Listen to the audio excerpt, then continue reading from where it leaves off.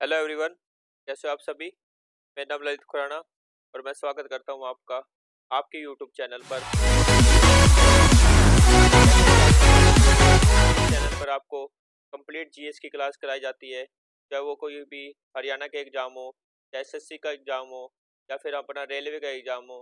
जो भी previous year questions पूछे जाते हैं उससे रिलेटेड ही आपको क्वेश्चंस करवाए जा रहे हैं और उससे रिलेटेड ही आपको कंसेप्ट बताए जाते हैं, ताकि आपका क्वेश्चन के साथ साथ कंसेप्ट भी क्लियर होता जाए। और हम आने वाले टाइम में कंसेप्ट की क्लास भी प्रॉपर लेकर आएंगे, जिसमें हम अब टॉपिक वाइज आपको कवर कराएंगे। तो अगर आपने इस चैनल को अभी तक सब्सक्राइब नहीं किया है तो ज़्यादा से ज़्यादा इस चैनल को सब्सक्राइब करें और ज़्यादा से ज़्यादा अपने दोस्तों में शेयर करें, ताकि हम आपको बेस्ट से बेस्ट कंटेंट दे सकें। और आज हम पॉलिटी का सेकंड पार्ट पढ़ेंगे। जैसे पॉलिटी का सेकंड पार्ट पढ़ेंगे, जैसे कि हमने फर्स्ट पार्ट में क्वेश्चंस किए थे, उसमें आपको कंसेप्ट भी बताए थे कि ये क्वेश्चंस कहाँ से बने और कैसे उसका यूज हुआ। तो आज हम उसका सेकंड पार्ट पढ़ेंगे। अगर आपने फर्स्ट पार्ट नहीं देखा है तो अभी जाकर फर्स्ट पार्ट देखें, उसका लिंक आपको डिस्क्रिप्शन में मिल जाएगा। और सभी क्वेश्चन बिल्कुल डिटेल में पढ़ाए जाते हैं। खाली क्वेश्चन क्वेश्चन करा के आपको रट्टा नहीं मरवाया जाता है, आपको क्वेश्चन डिटेल में पढ़ाए जाते हैं। और उसका फर्स्ट पार्ट भी जरूर देखें, ताकि आपको सेकंड पार्ट भी अच्छे से समझ आ सके। और ऐसी क्वेश्चन हम कराते हैं जो पेपर में ही पूछे जाते हैं।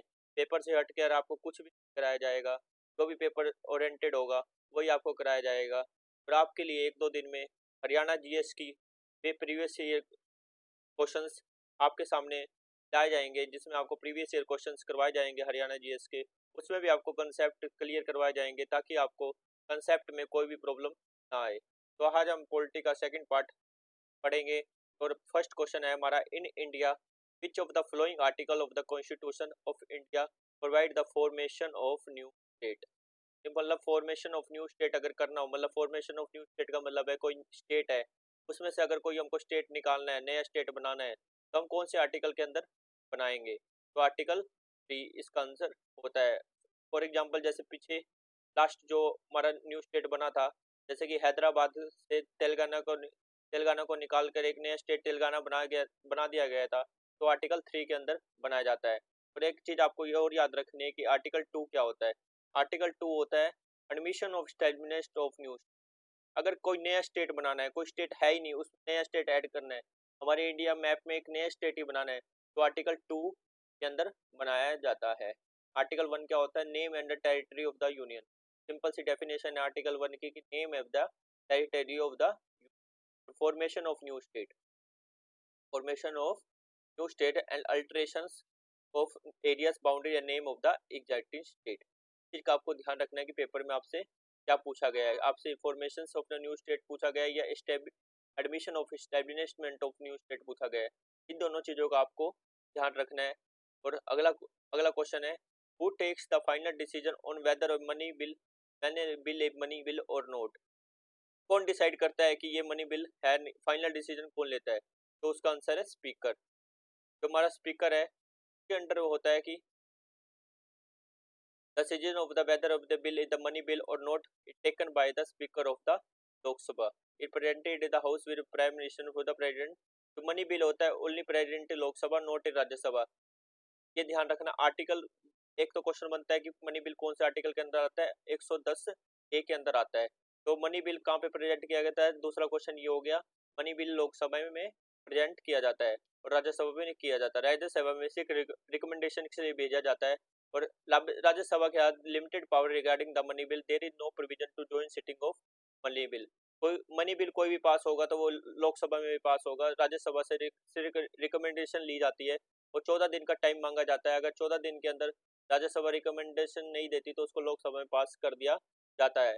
और मनी बिल ऐसा बिल है जो सिर्फ लोकसभा में ही पास होता है। और हमने क्वेश्चन पूछा था कि कौन फाइनल डिसीजन लेता है कि मनी बिल है कि नहीं है, तो स्पीकर जो होता है लोकसभा का वो फाइनल डिसीजन लेता है। और कौन से आर्टिकल के अंदर आता है मनी बिल, तो 10 आर्टिकल के अंदर आता है। ठीक है।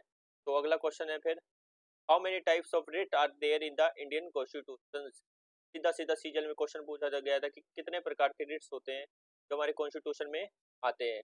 रिट्स क्या होते हैं, जब हम आर्टिकल 32 आपने पढ़ा होगा, आर्टिकल 32 जो हम सुप्रीम कोर्ट में अपने जो भी हमारे फंडामेंटल राइट होते हैं अगर उनका कोई उल्लंघन करता है तो हम उसमें सुप्रीम कोर्ट में जा सकते हैं। तो टोटल 5 आर्टिकल, टोटल 5 रिट्स होते हैं। हैबेस कर्पस, मैंडेमस, टेरिटरी, प्रोहिबिशन, एक्विवैलेंटो। आपको इसकी जो डेफिनेशंस है इसके बारे में आगे आप क्लास में, सेपरेट क्लास में आपको बता दिया जाएगा। रिट कौन कौन से प्रकार की होती है, क्या मतलब कौन कौन से प्रकार की, तो आपने ये देख ली। और क्या इनके अंदर क्या होता है, का क्या मतलब होता है, मीनिंग आपको बता दी जाएगी। आपको अभी याद रखना है कि रिट्स कितने प्रकार की, या रिट्स टोटल 5 टाइप्स की होती है। How many member of the upper house Rajya Sabha can be nominated by president of India. आपने देखा होगा पिछली क्लास में हमने पढ़ा था कि 2 वर्ष जो वो होती है लोकसभा, उसमें से कितने कितने मेंबर्स नॉमिनेट किए जाते हैं। तो उसमें का आंसर था 2 मेंबर जो है लोकसभा से नॉमिनेट किए जाते हैं प्रेसिडेंट।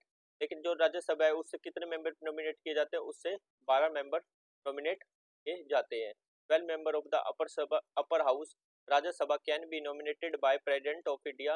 द राज्यसभा और council of state in the upper house of the parliament of India. Membership of the Rajya Sabha is limited by constitution to the maximum of 245 250। जो मैक्सिमम मेंबर होते हैं लोकसभा के कितने होते हैं, राज्यसभा के 250 होते हैं। और जो करंट लॉ है उसके मुताबिक आज राज्यसभा में कितने मेंबर है, 245। तो 245 में से जो 12 मेंबर होते हैं वो प्रेसिडेंट के द्वारा नॉमिनेट किए जाते हैं। और आपको पता होगा कि जो राज्यसभा का हमारा इलेक्शन है वो वो भी एक नॉमिनेटेड ही होता है, जो आपस में एमएलए और एमपी मिलके हाउस के वो डिसाइड करते हैं कि किसको मेंबर बनाना है। कोई भी पीपल, आम पब्लिक का हाथ नहीं होता है। तो अगला क्वेश्चन है, 5th question, which of the following amendment is also known the mini constitution of India. It is important question for all the exams. सबसे ज्यादा क्वेश्चन पूछा जाता है कि मिनी कॉन्स्टिट्यूशन हमारा इंडिया का कौन सा है। तो अगर आप उससे कोई पूछे कि मिनी कॉन्स्टिट्यूशन इंडिया कौन सा है, तो 42 अमेंडमेंट एक्ट ऑफ 1976। 1976 में जब हमारा जब इमरजेंसी लगी थी टाइम में सबसे ज़्यादा ये कॉन्स्टिट्यूशन में सबसे ज़्यादा बदलाव हुए थे। और इस कॉन्स्टिट्यूशन अमेंडमेंट के अंदर इतने बदलाव किए गए थे कि कॉन्स्टिट्यूशन पूरा ही पूरा आधे से ज़्यादा चेंज कर दिया गया था, उसमें अमेंडमेंट कर दी गई थी। तो इसको मिनी कॉन्स्टिट्यूशन भी कहा जाता है। तो 42nd amendment of the 1966 during the emergency के टाइम पर 25 जून 1975 से लेकर 21 मार्च 1977 इमरजेंसी लगी थी by Indian national Congress headed by Indira Gandhi. Indira Gandhi के टाइम पर इमरजेंसी लगी थी। Regarding the most controversy constitution, सबसे ज्यादा कंट्रोवर्शियल हुआ था इस हमें पूरी हिस्ट्री में जितनी अमेंडमेंट हुई है सबसे ज्यादा अमेंडमेंट जो कंट्रोवर्सी थी वो 42nd amendment of the constitution थी। ये आपको let the founded duty of the fundamental duty भी जो इंडियन सिटीजन्स के लिए वो इसी आर्टिकल के इसी अमेंडमेंट के अंदर लाई गई थी। तो इस जो मिनी कॉन्स्टिट्यूशन ऑफ इंडिया कौन से अमेंडमेंट को कहा जाता है, 42nd अमेंडमेंट ऑफ 1976 को। अगला क्वेश्चन है, which of the following right has been removed from fundamental right and converted to simple legal right. हमने एक क्वेश्चन पढ़ा था में पिछले को जब क्लास कर रही थी तो उसमें पढ़ा था कि कौन से आर्टिकल के अंदर था फंडामेंटल राइट। तो अभी ये सिंपल लीगल राइट कौन से सिंपल लीगल राइट बना दिया गया, किस आर्टिकल को बना दिया गया है, राइट टू प्रॉपर्टी को। राइट टू प्रॉपर्टी जो है इसको हटा के 44 अमेंडमेंट जो हुई थी 1978 में, इसको हटाकर हमारे को चेंज कर दिया गया था। ये पहले आर्टिकल 19 में था, 19(1) एफ। आपको याद रखना है कि राइट टू प्रॉपर्टी कौन से आर्टिकल के अंदर था, 19(1) एफ के अंदर था। इसको हटाकर चेंज 44 अमेंडमेंट को इसको फंडामेंटल राइट को हटाकर एक बेसिक एक legal right, simple legal right बना दिया गया था। तो आपको ये याद रखना है कि राइट टू प्रॉपर्टी एक्ट हटाकर लीगल राइट बना दिया गया था। अगला क्वेश्चन है, contemporary auditor general of India appointed of the CAG. जो कैग है कितने टाइम के लिए अपॉइंट किया जाता है, तो कैग जो है 6 ईयर्स के लिए अपॉइंट किया जाता है। और ये किसके द्वारा अपॉइंट किया गया था, दूसरा क्वेश्चन ये है कि किसके द्वारा अपॉइंट किया जाता है, प्रेसिडेंट के द्वारा अपॉइंट किया जाता है। और इसको can be remove for the office man a ground like जज ऑफ द सुप्रीम कोर्ट। इस मतलब इसको कैसे हटाया जाता है, जैसे सुप्रीम कोर्ट के जज की जो इम्पीचमेंट प्रोसेस होती है उसी के द्वारा वही प्रोसेस सेम इसमें कैग में अप्लाई की जाती है और इसको ही उसके द्वारा हटाया जाता है। Which article are refer to the heart and the soul of the constitution by doctor B R Ambedkar. इतनी बार क्वेश्चन पूछा गया है ना कि कई बार बच्चे इसमें फिर भी गलती कराते हैं कि बी आर अम्बेडकर के द्वारा कौन सा आर्टिकल ऐसा है जो जिसको heart of the soul of the constitution कहा गया है। तो आर्टिकल 32। तो आर्टिकल 32 को हार्ट एंड द सोल क्यों कहा गया है? क्योंकि अगर आप फंडामेंटल राइट का आपके जितने भी फंडामेंटल राइट है, अगर आपको लगता है कि उसका उल्लंघन हो रहा है, तो आप डायरेक्टली सुप्रीम कोर्ट में जा सकते हैं और अपील कर सकते हैं कि हमारे ये फंडामेंटल राइट का उल्लंघन हुआ है। तो इससे कोई भी सिटीजन्स को प्रॉब्लम नहीं आती है, वो अपने राइट्स को आज़ादी से जीता है और आज़ादी से ही अपनी सारी प्रॉब्लम सोल्व करता है।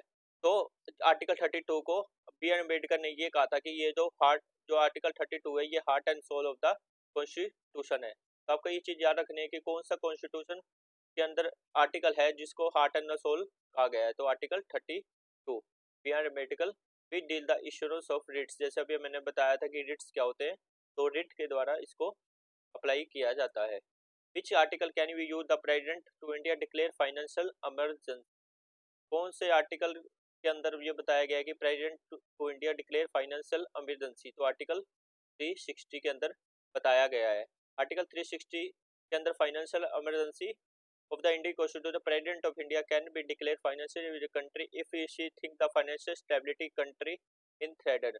अगर प्रेसिडेंट को लगता है कि फाइनेंशियल स्टेबिलिटी जो हमारी इंडिया की है वो खतरे में है, फाइनेंशियल सिस्टम बिगड़ा हुआ है, तो आर्टिकल 360 के अंदर फाइनेंशियल इमरजेंसी लगा दिया जाता है। तो अगर कोई आपसे पूछे कि फाइनेंशियल इमरजेंसी आज तक कितनी बार लगी है, तो एक बार भी नहीं लगी है। नेवर बीन डिक्लेयर्ड सो फार। अभी तक एक बार भी फाइनेंशियल इमरजेंसी नहीं लगी है। Such emergency need to ratify both the house of parliament within 2 months of the declaration. अगर प्रेसिडेंट डिक्लेयर करता है तो दोनों हाउस की जो इमरजेंसी रेटिफाई करना पड़ता है दोनों हाउस के द्वारा 2 months के अंदर करना पड़ता है। अब इसमें भी 3-4 क्वेश्चन बनते हैं कि किसके द्वारा लगाई जाती है? प्रेसिडेंट के द्वारा लगाई जाती है। कौन से आर्टिकल के अंदर? 360 आर्टिकल ऑफ द कॉन्स्टिट्यूशन के अंदर।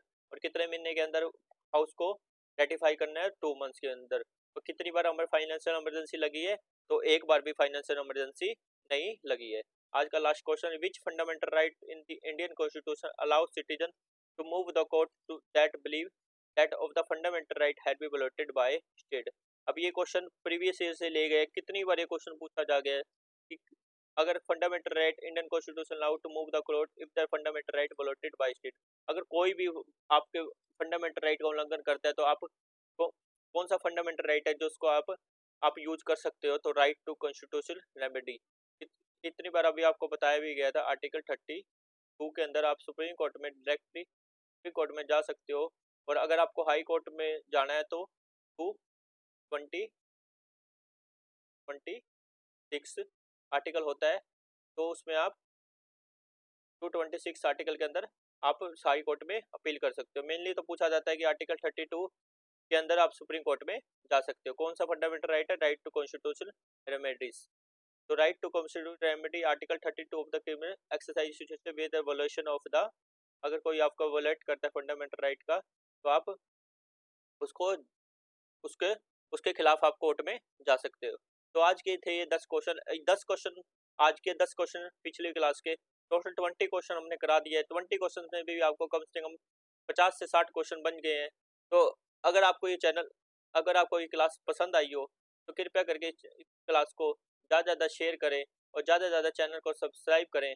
और आने वाले टाइम में अब आपको पॉलिटी के और बेहतरीन से बेहतरीन क्वेश्चंस करवाए जाएंगे जो डायरेक्टली पेपर में पूछे जाते हैं। और ज़्यादा से ज़्यादा आप बस आपको आपका साथ और आपके प्यार की ज़रूरत है। तो ज़्यादा से ज़्यादा चैनल को शेयर करें। Thank you so much.